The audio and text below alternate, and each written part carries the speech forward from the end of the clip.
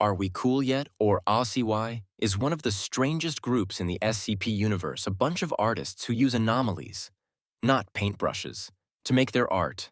They believe the world is too boring and that the SCP Foundation hides all the fun stuff. So instead of locking up weird objects, they turn them into public art displays that usually get the bad ending. Take SCP-173, that creepy statue that moves when you blink. The Foundation keeps it locked up so it doesn't snap your necks. But if AWASI got their hands on it, they'd set it up in a modern art gallery and call it the living sculpture. People would line up to take selfies without knowing the terrified dead would come. That's how AWSI works. AWSI call themselves an artists, a mix of anomaly and artist. They believe anything strange, impossible, or dangerous can be beautiful if presented the right way. The SCP Foundation sees them as walking disasters because their exhibitions almost always go wrong or cause unpredictable consequences. AUCY treats SCPs like inspiration for their next big art show. A cursed mirror becomes an installation about identity. A haunted painting becomes a statement about fear. The Foundation calls it reckless. AUCI calls it expression. In short, AUCI are artists who see danger as part of the beauty. They want people to feel something real, even if that feeling is pure panic. Their motto, "Are we cool yet?" is their playful challenge to the world. Can you still call it art if it breaks reality? Chaos Insurgency. The Chaos Insurgency is like the SCP World's group of ex-employees who got tired of following rules and decided to play with fire. They used to work for the SCP Foundation, the people who lock away dangerous objects, but then they left and took some of those objects with them. Now they use those SCPs to try and make the world their own strange version of better. They started as a secret team under the Foundation, doing missions no one else wanted to do. But one day, they said, "We can do this better." So they stole everything they could, from files to living monsters, and disappeared. Since then, they've been showing up everywhere, trying to control the same SCPs the Foundation is trying to contain. Here's an example. The Foundation has SCP-096, the shy humanoid that attacks anyone who sees its face. The Foundation keeps it hidden away where no one can look at it. But if the Chaos Insurgency got it, they'd probably use it like a weapon, set it loose on their enemies, and call it a strategic release. They're the kind of people who see something terrifying and find a way to use it. They believe the Foundation hides too much and limits human progress. The insurgency wants to push things forward by mixing humans and anomalies, creating a world where weird is normal. But every time they try, it ends in explosions, screaming, and the Foundation cleaning up another mess. To the Foundation, they're a nightmare smart, unpredictable, and always ready to turn any situation into a disaster. In the end, the Chaos Insurgency isn't about saving the world. It's about proving they can do it differently, even if that means breaking everything first. Church of the Broken God. The Church of the Broken God is one of the weirdest groups in the SCP world. They believe that technology is sacred and that real perfection comes from metal, not flesh. In their story, God isn't a man in the sky. He's a great machine that somehow got broken long ago. Now, they're trying to rebuild him piece by piece using every strange mechanical SCP they can find. Members of this church believe the human body is weak because it gets sick, breaks down, and dies to them. That means it was designed wrong. So they try to fix it by replacing parts with metal and gears. They see people with robot arms and glowing eyes as holy. Honestly, they're like the ones who think Iron Man is real. The SCP Foundation often runs into them because the church searches for anything mechanical or anomalous that looks like a part of their god. One example is SCP-217, a virus that turns living flesh into machine parts. While the Foundation calls it dangerous, the church calls it divine, like a sacred upgrade sent straight from their broken god. What makes them funny is that even inside the church, they can't agree on what the finished god should look like. Some followers think he's a perfect robot, others say he's part human, and a few probably argue about whether he should have Wi-Fi. It's like a group chat that never ends. Everyone wants to be admin.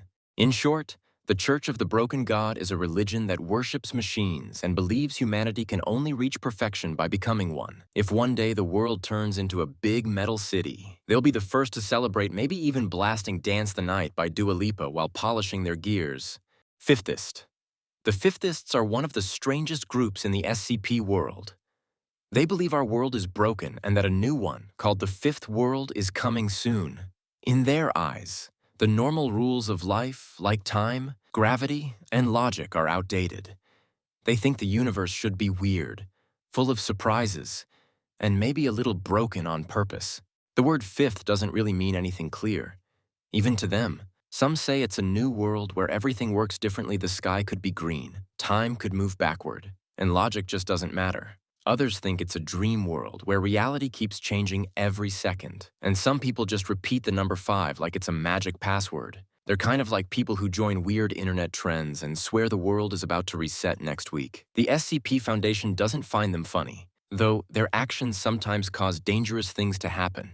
For example, SCP-3125, a mimetic entity that can infect people's thoughts, is something the Fifthists believe will help open the door to their new world. The Foundation sees them as a threat, but they act more like influencers trying to trend by breaking reality for content.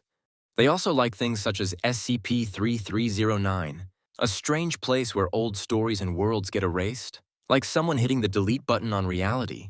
Most people would find that scary, but the Fifthists see it as progress to them. The universe isn't breaking, it's just updating. They celebrate every glitch and weird event like it's a sign the next version of the world is loading. In short, the Fifthists act like the universe is an early access game that needs patch notes and bug fixes.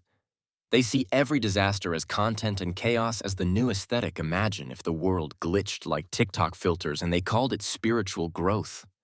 Marshall, Carter and Dark Limited. Marshall, Carter and Dark Limited, or MC&D, is a secret company that treats dangerous SCPs like luxury goods. Think of it as a high-class black market where the world's richest people buy weird, cursed, and reality-breaking objects just to look cool. SCP-178. For example, the 3D glasses that let you see invisible monsters would fit right in their catalog, probably described as immersive reality eyewear. They don't study these things, they steal them. Sometimes they bribe Foundation staff. Sometimes they find items during accidents. And sometimes they just buy them from thieves who don't ask questions. To them, the more dangerous something is, the more it's worth. A haunted mirror that whispers your name at night isn't scary. It cost $5 million. Their buyers are CEOs, politicians, and collectors who think limited edition should mean may destroy the planet.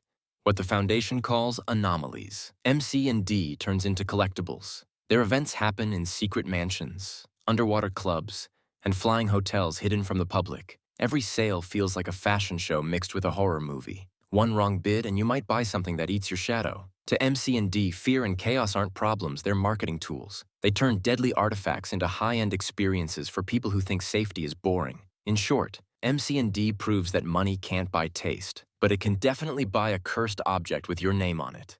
Sarcasm is a strange religion in the SCP universe that treats flesh like magic and biology like art class. Its followers, called Sarkites, believe the human body isn't something to protect. It's something to upgrade. They think muscles, veins, and bones can be reshaped like clay to reach some kind of divine perfection. Their leader, Grand Cartist Ion, was basically the ancient version of a mad scientist influencer. He believed machines made people weak, and that only flesh and willpower could make humans truly powerful. If the Church of the Broken God worships gears and wires, the Sarkites are the anti-tech squad. No Wi-Fi, just raw meat and confidence. Honestly, this group is like people who keep buying those miracle pills to lose weight, and the only thing they're losing is $500. Sarkites do wild things with their bodies. They can heal wounds with blood, grow new limbs, or even build houses out of living muscle. Their temples don't need bricks. They're made of flesh that breathes and moves. SCP-610, also called the Flesh That Hates, is one of the best examples of their influence, a spreading infection that turns everything into meat. Most people would scream and run, but the Sarkites would probably call it community growth. What makes them weird isn't just the body horror, it's their mindset. They think pain is progress, mutation is evolution, and death is just a new stage of life. Basically, they're the no pain, no gain crowd but turned up to nightmare mode. In the end, sarcasm is what happens when Gym Bros science nerds and horror fans start the same cult. It's all about self-improvement. But instead of protein shakes, they're out here adding extra ribs and calling it progress. Serpent's Hand. The Serpent's Hand is basically the rebellious book club of the SCP universe, except their books bite back and sometimes rewrite reality. They believe that the SCP Foundation is wrong for locking away all the strange and magical things in the world. To them, anomalies aren't dangerous secrets. They're proof that the universe is way cooler than the Foundation wants you to think. Their main hangout is something called the library, a massive, endless space full of books from every world, reality, and timeline. Somewhere in that maze sits SCP-268, a strange hat that can make anyone who wears it invisible. It rests on a dusty shelf, waiting for someone curious to put it on and vanish. This isn't a normal library. The shelves don't just hold ordinary books. Some open doors to other worlds, times, and realities. Opening the wrong one could land you in a place as strange as Hogwarts, where magic is real and anything could happen. Some books write themselves while you read. Others whisper secrets like a sneaky ghost. And a few are even written by beings that haven't been born yet. These people see themselves as freedom fighters.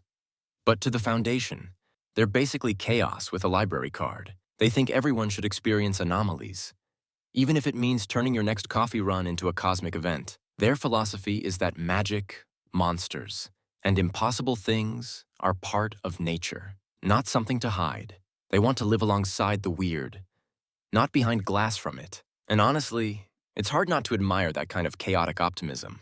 By the end, the library feels like a mix of a university library and a carnival for the weird books that whisper, hats that make you invisible, and shelves that can spit you out into another world. It's messy, magical, and completely unpredictable, the perfect playground for the Serpent's Hand, the Global Occult Coalition. The Global Occult Coalition, or GOC, is like the world's supernatural SWAT team. They don't debate anomalies or keep them locked away for study. They destroy, neutralize, or otherwise make sure supernatural threats can't hurt normal people. The Global Occult Coalition handles magical and paranormal disasters like a superhero, with every mission ending in massive explosions and a strict no magic allowed approach. Their philosophy is simple: the anomaly is dangerous and unpredictable, so it needs to be logged off the Earth server, unlike the SCP Foundation, which focuses on secrecy and research. The GOC adopts the wipe-it-out method like Thanos' snap. For instance, SCP-076, a nearly unstoppable warrior who can kill dozens of people in seconds and resurrect after death, would be a top priority. The GOC wouldn't just lock him up. They would send tactical teams equipped with heavy weapons and spells to stop him, like putting both Saitama and Goku into the same battle. GOC members come from militaries and special forces all over the world, trained not just in combat but in understanding supernatural phenomena. They combine modern weapons, magical wards, and careful strategy to respond quickly and decisively. When a town reports a poltergeist or a strange object, the GOC arrives fast, with helicopters, armored vehicles, and heavy weapons ready. The organization can seem extreme, especially to civilians or the Foundation, because they treat anomalies as enemies rather than mysteries. However, from their point of view, their method keeps people safer by neutralizing threats before they grow uncontrollable. They also serve the same function as Superman, providing safety when society needs it. Ultimately, the GOC are both feared and respected. They are as safe as superheroes, yet as vicious as all the villains in the world. They prove that sometimes the best way to deal with a monster is not to study it, but to make sure it disappears from this world.